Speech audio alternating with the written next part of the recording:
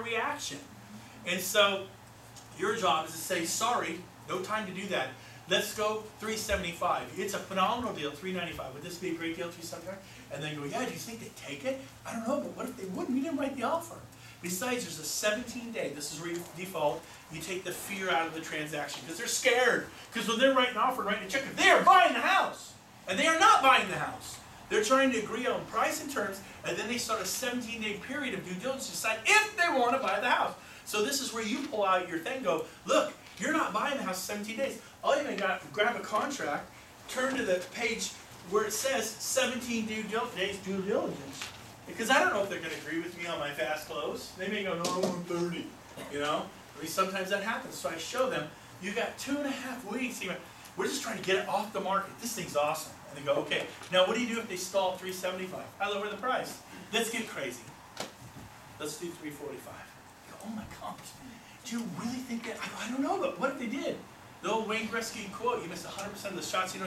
What if they just accepted this thing, we write terms that are really good, that cost you nothing? None of these terms cost the buyer anything. They're going to put up that money anyways. Does it cost any money to get rid of your loan contingency?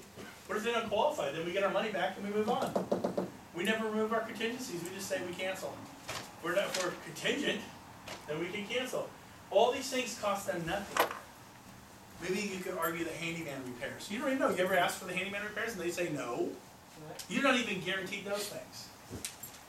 Now, I lost my track. Price terms. I threw myself off. 375, 345. I go to 345. I'll drop it to 345. I keep lowering the price where they can't stand it. I want them to write that offer. They need to write the offer. I go, here's the deal. But let's do what you were going to do, Mr. Buyer. You sleep on it. You wake up tomorrow and go, I want it. It's the worst thing you do. When you've got to have it, you'll pay $2 more. Right now, you're not sure if you want it. So this is the best time to negotiate something if you don't. So when you decide you want it, if you're like me, I paid full price for the last home I bought because I had to have it. Right? You ever bought a couch or a car, something you had to have, or a laptop? You're like, why did I spend that much? I told myself I go to Fry's and get the $5.99 laptop, and I walk out with a $2,700 laptop. Right? Yeah. You guys ever do that? Why was it? You had to have it. The worst thing you can do is go to dinner and decide you have to have it.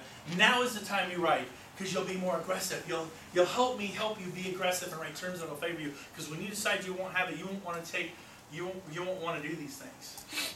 You're like, no, we'll, offer too much. So we go 345. And here's what happens that they don't know. When they write the offer and they write me a check and they leave my presence and they call their parents, their best friend, their sister, their brother, their best friend, their neighbor, and they go, guess what we just did?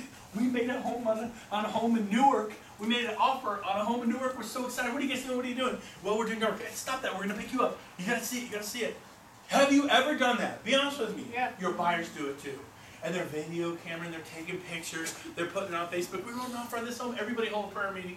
They have moved in his house. And the seller sometimes comes back and accepts 345. Or they come back at 375. Or they don't budge and they say 400 and we got 3 offers coming in. But we will accept your offer. We like your terms, right? Right. But 4 it is. And we go, well, they got 3 offers coming in tonight and they think they're getting higher than full price. You want it for 4? You go, yep, we got it. I'm not sure I want it. Let's just accept it. You can change your mind. And you guys with me? Yeah. Mm-hmm. And then when I sit down with them at 345, you really want it for 345? Yeah. I go, then everyone else is going to do 30 days, let's do 9. Instead of doing 30, then cost you different, we should do it 9. They go, okay. It's a big deal to the agents, not to the buyer. Buyer, okay, they do it 9? Wow, I didn't know they could do it 9. Plus, won't that at least guarantee they'll get that counter where they normally wouldn't if they were all 30 days? That low of an offer, they wouldn't even get countered.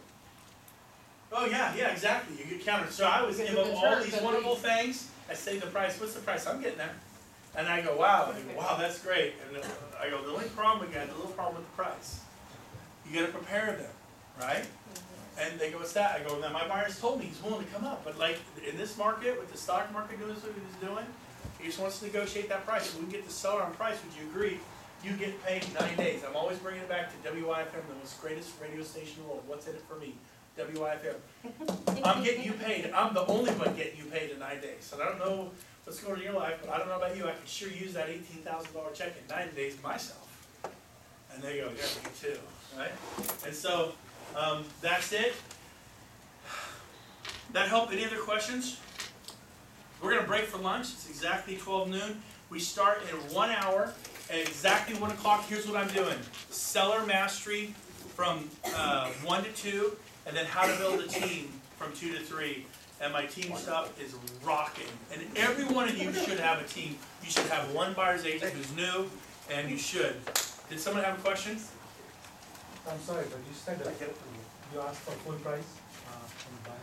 If they come back and ask for full price, I say, look, they're not budgeting, they got 3 offers coming in, they like our offer, they would normally have waited, but they're willing to take it, and they go, yeah, I'll take it. I've had them come up. If they're right, they'll just usually come up. And sometimes you get a buyer who's a really tough negotiator, and I take him out 2 or 3 times, let them prove to me they're really going to be tough. I refer them out. I call Brian. Dan. Brent, let me see your role play with Jonathan one more time on that low price disclosure at that last moment. Hey, here's all my terms, but there's just one last thing. I call, you always call the listings, and this is important. I go, Jonathan, Brent Gove, I got a great offer for you on Champagne Circle. Really? I go, check it out. We are so far down the road in pre-approval. This is my personal lender working with. We can draw loan docs in the next 3 or 4 days. Because of that, we're doing a 9-day close start to finish. Now, I know the owners live in the house. I know there's no way they can be out 9 days. That's why we're giving them 45 days to move out at their leisure. But they're going to have all their proceeds in 9 days, no stress. We're willing to close in 9 days, and we'll let your sellers move out 45 days at their leisure. All they do is make the payment to my buyer they normally would have made to the bank. Whatever their PITI was, they pay to us. It costs them nothing. The truth is, if their payment was $2,800, it cost them $2,800. But really, they would have paid it anyways. Is that not a fair statement? Yeah. Cost them nothing. No, they would have paid it to the bank. Cost them nothing. So the bank paid this, but you get paid in 9 days. I get paid. I don't know about you, man. Would you like to get paid? Yeah. And I go, but stress your seller. They get proceeds, man. Or we could do a 30, 45-day close, and they're stressing our loan docs coming in, their Mayflower checks coming, they've signed a lease, or they're buying a home, and all this stress, people threaten to sue each other. And I go, 9 days, and I go, we're no loan contingency, we don't need a loan contingency, we're ready to draw docs. We don't need an appraisal contingency. We're going to do our inspection in the next 7 days. I'll probably get it done in the next 4 or 5 days. But I gave myself 7. I haven't called my inspector yet. We're buying it as is, Jonathan. And Risha, my lender, is going to be on the phone with you in about 5 minutes, explaining to you my client's credit rating, their jobs, everything. Okay, he's impressed. I go, we only got one little bitty problem. And he goes, what's that? And he goes, I knew it was too good to be true. Sometimes they'll say that. Or they go, what's that? I go, price. My client just wants to negotiate the price. And they go, oh, that's not a problem. I go, well, it kind of is. Because I'm preparing their minds. They go, what do you mean? I go, my client's going in low. Well, how bad is it? I go, it's bad. Well, how much? I go, really bad. And they go, how much? I go, you sitting down? He goes, yeah. And I go, 345. And they always say, that's not that bad. Now, if you just shoot it over to them, they see 345, they write rejected and send it back. Yeah. Okay? Or they cop an attitude, 345, are you an idiot? I don't do that. I always tell them how bad it's going to be this summer, so bad. Same thing with the buyer. When they do the home inspection, I go, okay, we got the home, we're in escrow, home inspector's going to be there Saturday, meet him, but I got to warn you. What's that? I go, the home inspector you're using, that I'm recommending to you, he's the best in the industry. You're employing him to find problems, right? He's really good at finding problems. He's going to tear this house apart with a fine-tooth comb. You will know every nick, every scratch, every electrical, plumbing, roof. You want to know those things, right? Yep. I'm just warning you, he's the best in the West. He is good. And any home you buy, you're not paying him to praise it. Do you want him to sell you a bill of goods or to show you what's wrong with this house? And I go, I'm warning you, this guy is good. He's going to scare you to death, and you're not going to want to buy the house. They're like, oh my God, they go to home site. They always go, it wasn't that bad. It's okay, but no, we want to buy the house. You ever had clients go, well, what do you want him to fix? Everything. They throw the book at you. You ever had that happen? You haven't been in this business long enough. Until they've handed you your buyer's, your inspector's report. I want everything fixed or we're out. And they mean it. And then the other thing I do is go, by the way, if he does find a few things, instead of auctioning for something crazy like 10 or 14 items, I'm managing. I'm telling them what's crazy. They don't know. 40 items? My friend asked for 40. If you instead of doing something crazy like asking them to fix 10 or 14 items, I keep it just to 2 or 3. 2 or 3 main items that are really important to you. Because like if you have a new AC for $5 grand and a new roof for 14 grand, are those important? Yeah. And then a fence post, a cracked tile, a sprinkler that's broken, you know, that stuff, leave all that off. Just ask for the roof and the AC. Because what they'll do is they'll agree to all that, and they'll say no to the roof and the AC, and you get a bunch of little BS handyman repairs, and no to what you really wanted. So if you're going to ask for, and usually it's not AC and roof, but they'll go, well, the only thing that was really big that we saw was the dishwasher. Let's ask for a new dishwasher. Okay, we asked for one item. How'd you like to fight that battle?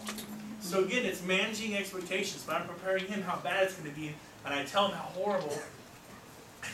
And then they always say, oh, it's not that bad, we can work with that. I go, and my buyer's willing to come up. He's willing to tell you that. Just come back to me. You go with those other guys, you're 30, 45 days into it. You never know what happened. We're ready to go. If I could we just agree on the price, would you agree on the best offer? I get them to say that all the time. Did that help? Yep, thank you. Yes. Okay, one quick question. All the REO agents, most of them aren't willing to talk to you to tell you that. So what do you do if you can't talk to I get some REO agents that won't. I get to know their secretaries. We have agents that do 4, 5, 6, 700 deals a year in Sacramento. I never talk to them. I talk to their secretaries. I treat them. I bring them gifts. I buy them lunch.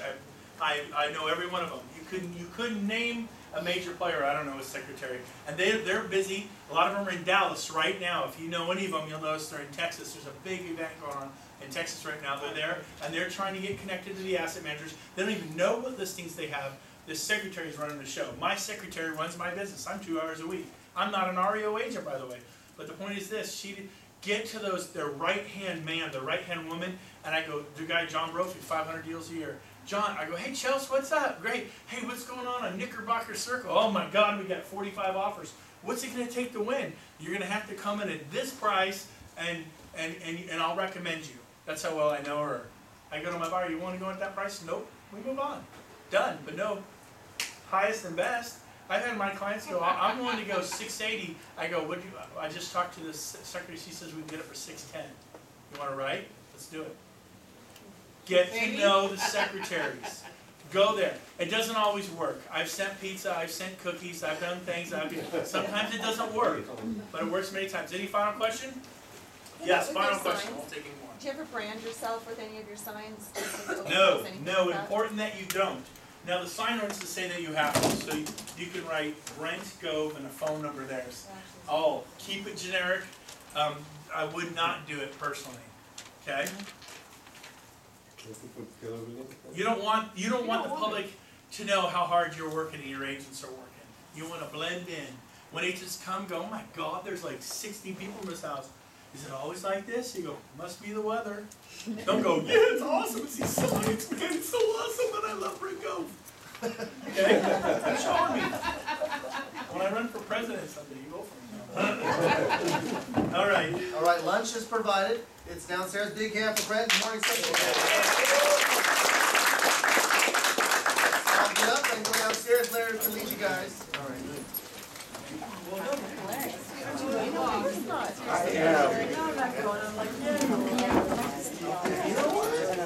I love it. I guess the same thing. I love stuff. You know what? You're awesome. If you ran down the I need to share. So share with me. Yeah, see? I get bored. We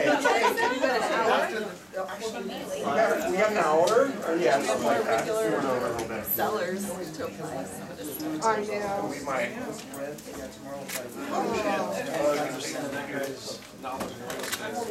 got something else. Personality. Make sure he can sell. He can sell anything. Yeah. Really is. Exactly. Morning. How are you, Jonathan? Good, I'm good. Good. How are you guys doing? You guys enjoying yourself? Awesome.